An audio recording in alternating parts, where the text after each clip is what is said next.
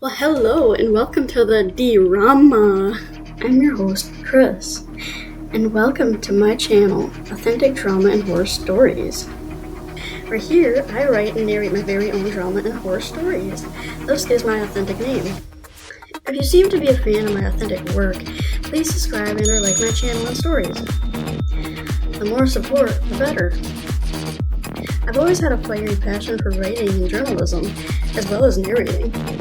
So take a seat and be blown away by my creepy and drama-filled stories, made especially by yours truly. Enjoy the drama.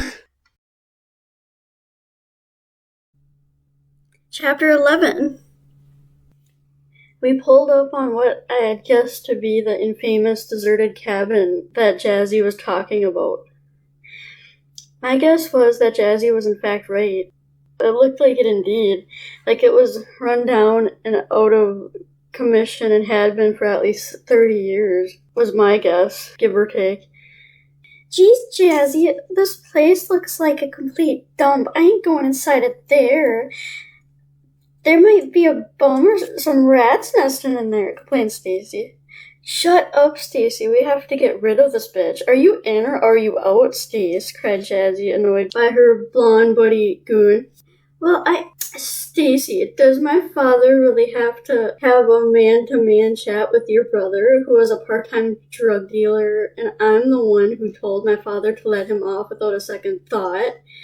Because I thought you were my friend, Jazzy shouted angrily and impatiently. Damn it, I am your friend, Jazzy. Like forever, but you just need to chill out. Stacy shot back with defense. Why, you little bitch, don't you ever talk back to me, Jazzy yelled, raising a too high egotistical hand to smack her beautiful blonde apprentice, when just before she could, her cell phone rang. Hello, Jazzy said, speaking of the devil. It was Jazzy's father. Yes, Dad, I'm doing okay. I'm just hanging out with the girls like usual, Jazzy said, with an obvious fake cheery tone of voice. I knew it was now or never. I knew Jazzy's father. He was a very kind man, as well as a feared one also, given his job title, which is also why Jazzy has complete control over her friend gang, very quickly making her the leader in any friend gang. But I knew her father very well. I knew he liked me with the last few times I had spoken with him. Very shortly, I might add. I took my chance and let loose. Help, please, someone help me! I tried to scream, but Jill started to choke me. I tried to struggle.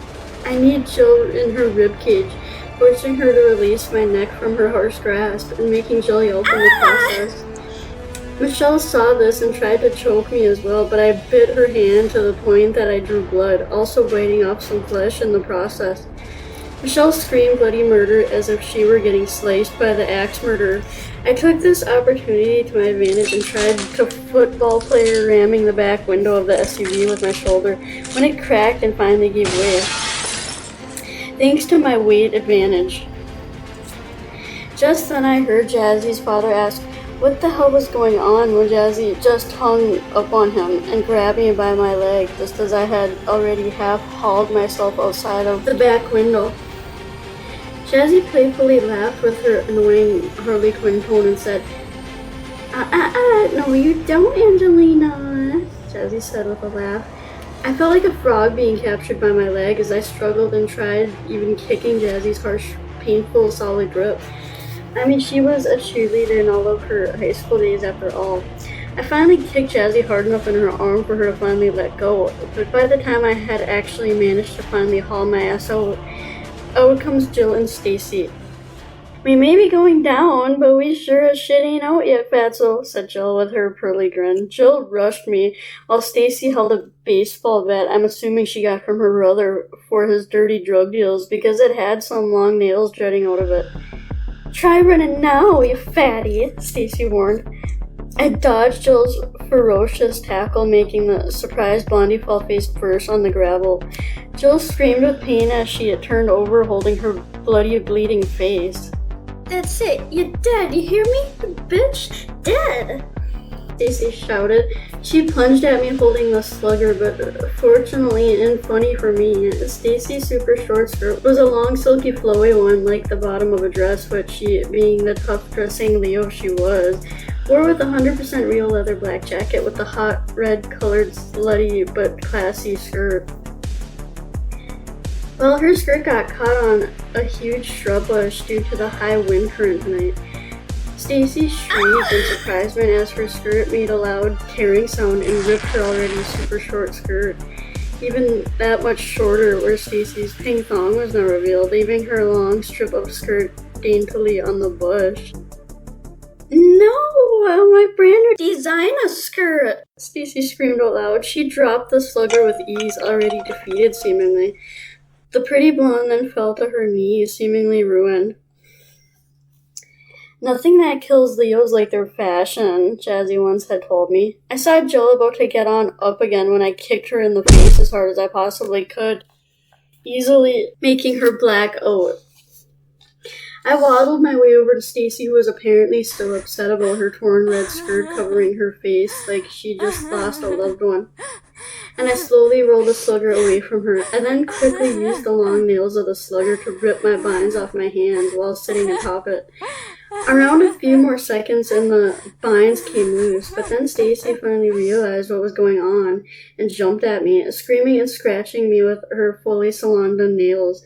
She then pulled my hair and tried to grab the slugger from me. For being a slender and about 5'4" in height woman, Stacy Bradley was by far not a weak woman. She was born and raised in New York City, and her strength was immense and rivaled that of Jazzy's. My face was getting full of cuts and scratches, and the bitch kept on tugging out my hair. "Stacy, just fucking stop it. Why are you even listening to Jazzy? She's obviously off her damn rocker, Stace," I tried to reason. "No, Jazzy's our friend, and we freaking love her," Stacy defended in her thick New York accent. Obviously, reason was not going to work with her. I thought, "Give me my fucking slugger," Stacy screamed angrily. "Why, so you can kill me? I don't think so, cunt," I argued back. I looked furiously around to see what I could possibly use to my advantage. And about 7 feet from us, I saw the river. With one hard shove to Stacy, she crumpled to the ground. I then held the slugger in front of me like a knight's sword. "Now just stay put, Stacy," I said while I was getting ready to turn and run far away.